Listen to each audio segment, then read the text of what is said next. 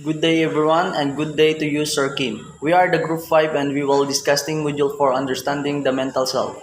Now, grab your snacks and join us as we explore and understand our mental self.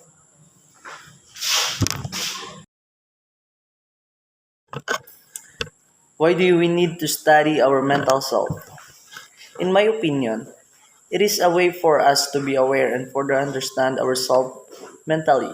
Knowing oneself is very important, especially when the topic is all about cognition, memory, and intelligence, which we will be talking in this module.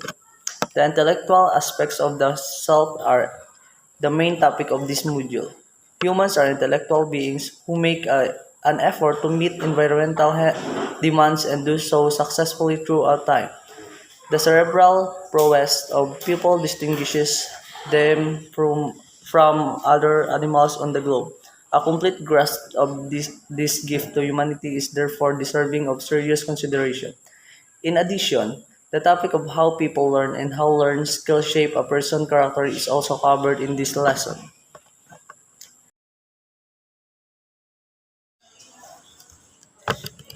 Moving on, let's talk about the objectives. The first objective is to explain and elaborate concepts and processes on cognition, memory, and intelligence. Next is to analyze and demonstrate how cognition, memory, and intelligence are manifested in various aspects in a person. Lastly, identify the principle of cognition, memory, and intelligence.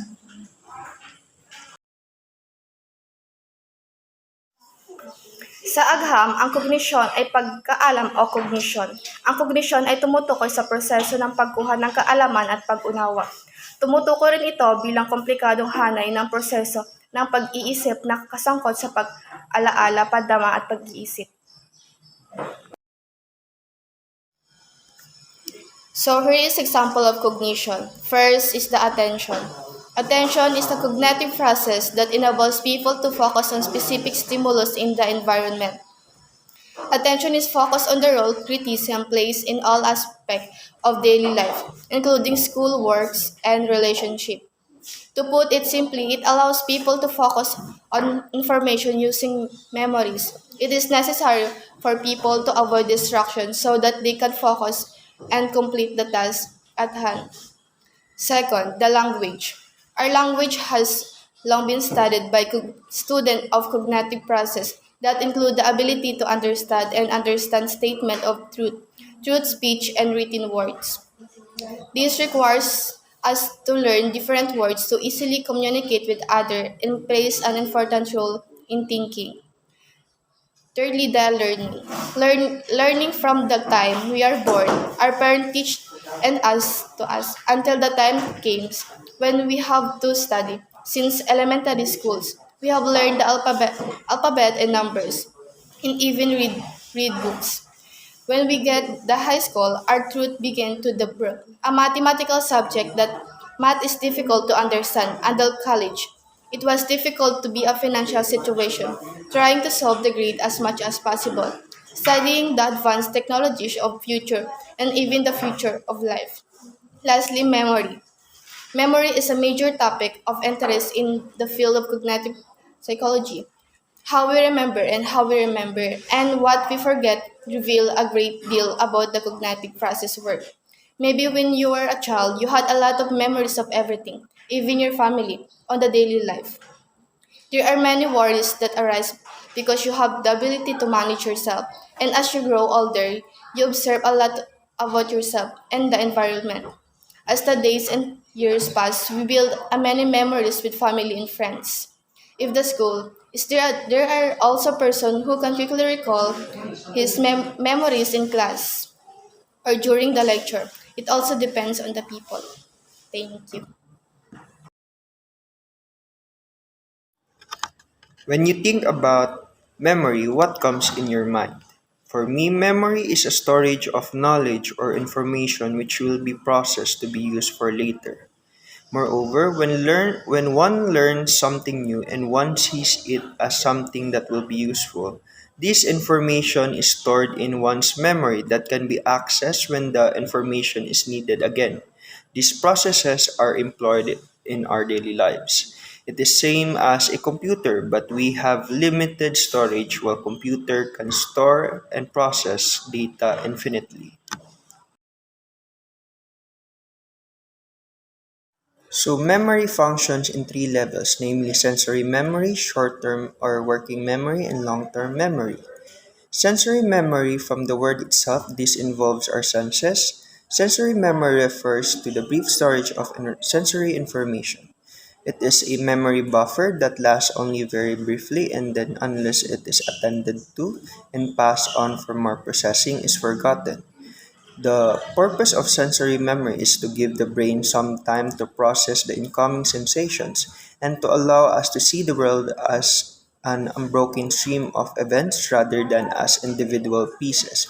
For example, the senses of touch. When you feel a raindrop on your skin, your haptic memory or your senses of touch records that sensation, helping you recognize what's happening. Next one is the short-term or working memory. Most of the information that gets into sensory memory is forgotten, but information that we turn our attention to with the goal of remembering it may pass into short-term memory. Short-term memory is the place where small amounts of information can be temporarily kept for more than a few seconds, but usually for less than 1 minute. Information in short-term memory is not stored permanently but rather becomes available for us to process. And the processes that we use to make sense of, modify, interpret, and store information in short-term memory are known as working memory. And lastly, long-term memory. If information makes it past short-term memory, it may enter long-term memory. Memory storage that can hold information for days, months, and years. The capacity of long-term memory is large and there is no known limit to what we can remember. Examples of long-term memory: remembering an important day such as a birthday or holiday, knowing how to ride a bicycle, remembering the words to a song, and lastly, knowing how to type.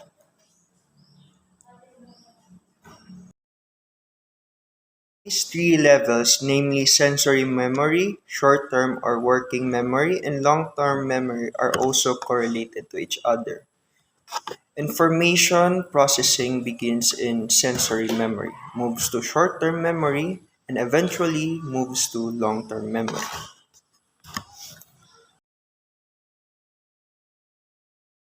So, intelligence is ginagamit natin ang ating utak just for understanding and to plan and to solve any problem. Just for example, when you are in exam, we use our intelligence or we use our learnings in school just to answer the problem. So here are the people who had proposed concept regarding intelligence. Robert Sternberg, which proposed triarchy theory of intelligence, and Howard Gardner, which proposed theory of multiple intelligence. So let us discuss the 8 areas of intelligence. So the first one is the linguistic intelligence. Means linguistic intelligence is a part of Gardner's theory of multiple intelligence. Linguistic intelligence means the ability to use language and exhibit the ability to be sensitive to words and languages. For an example, a person who loves to debate or a person who loves to discuss and develop stories are example of people with linguistic intelligence. Just for example, a teacher who loves to discuss and a journalist or poet who loves to develop stories in people. That is an example of people who used linguistic intelligence. So let's have the third one, which is the visual spatial intelligence. It is ability to analyze graphical information. So, for just for example, students who are strong in the visual spatial learning style enjoy school activities such as art, drafting, geometry, computer graphics, and computer-assisted design. They are often an excellent visual memory for details in print and in the environment. So for the second one, which is the logical mathematical intelligence, which means the ability to solve any problems or equations in math. So, for example, a person who loves to play chess may definitely possess logical mathematical intelligence. Chess is a mind game he would love to rationally and detect innovative ways to win the game. A child exhibits interest in puzzle. Solving quizzes and puzzles is something that such as look forward to. For the last one, which is the musical intelligence. So this ability to produce and make meaning of different types of sound. For example, of musical intelligence includes detecting pitch, understanding musical patterns and structures, recognizing notes, tones, and rhythm. So let's go to the Howard Gardner's theory of multiple intelligence. So here are the 8 areas of intelligence. For the first one is the naturalistic intelligence, ability to identify and distinguish aspects of the natural world. For example, naturalism, any person who studies the natural world. Naturalists make observations of the relationship between organisms and their environments, as well as how those relationships change over time. One of the most well-known examples of naturalists is Charles Darwin. Another one is a bodily kinesthetic, which means the ability to use one body to create products or solve problems. Bodily kinesthetic intelligence can be simulated in the classroom through activities that require physical movement, games, acting, dancing, sport, craft, pantomime, painting, and exercise. We have the For the number 3, we have the interpersonal intelligence, which means the ability to be sensitive of other people's thought and emotions. Just for example of interpersonal skills includes contributes such as planfulness, self-discipline, delay of gratifications, the ability to deal with and overcome distractions, and the ability to adjust one's strategy or approach as needed. For the last one, which is the intrapersonal intelligence, which means the ability for self-introspections. An intrapersonal learner is exactly the opposite of a social learner who prefer to work in groups. Common characteristics of a solitary intrapersonal learning includes keep a journal or diary. Enjoy spending time alone.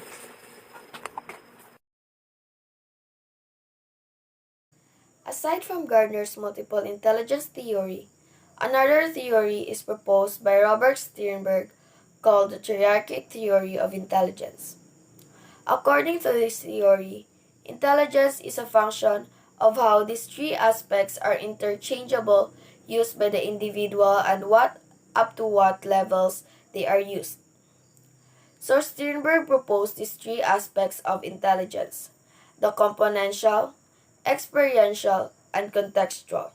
First, we have componential, or also known as analytical intelligence. It is closely aligned with academic problem solving and computations. Sternberg says that analytical intelligence is demonstrated by an ability to analyze, evaluate, judge, compare, and contrast. When reading a classic novel for literature class, for example, it is usually necessary to compare the motives of the main characters of the book or analyze the historical context of the story. In a science course, such as anatomy, you must study the processes by which the body uses various minerals in different human systems. In developing understanding of this topic, you are using analytical intelligence. When solving a challenging math problem, you would apply analytical intelligence to analyze different aspects of the problem and then solve it section by section. Next is we have their experiential or creative intelligence. It is marked by inventing or imagining a solution to a problem or a situation.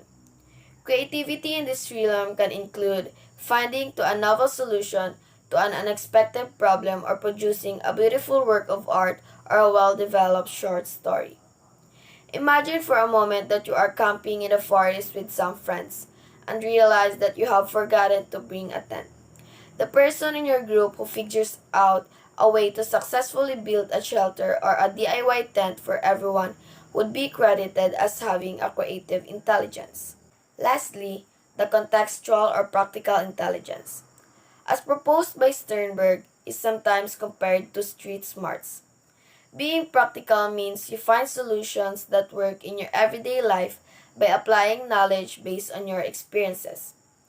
This type of intelligence appears to be separate from traditional understanding of IQ. Individuals who scores high in practical intelligence may or may not have comparable scores in creative and analytical intelligence. An example of this is a person being wise to his or her decision in the society. The person will act to make decisions through his or her experiences or instinct, and best description for this in Tagalog is pagiging madiskarte. Overall, both theory of multiple intelligence and the triarchic theory of intelligence explain the nature of intelligence and the personal and environment factors that shape it.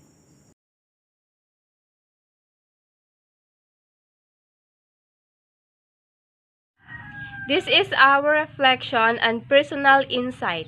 Take your time to read.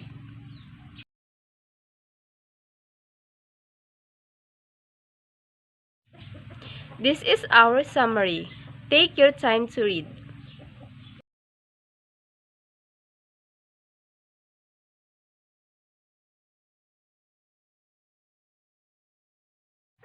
This is our guide questions. Take your time to read.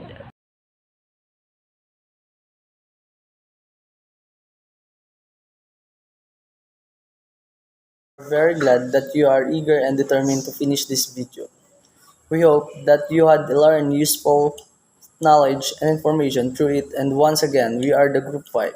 I'm Vince Montana and I'm with my group mates Miguel Mavini, Rain Feldonia, Christine Joy Savitanan, Crystalline Laurente, and Aika Natavio. That would be all. Thank you for listening.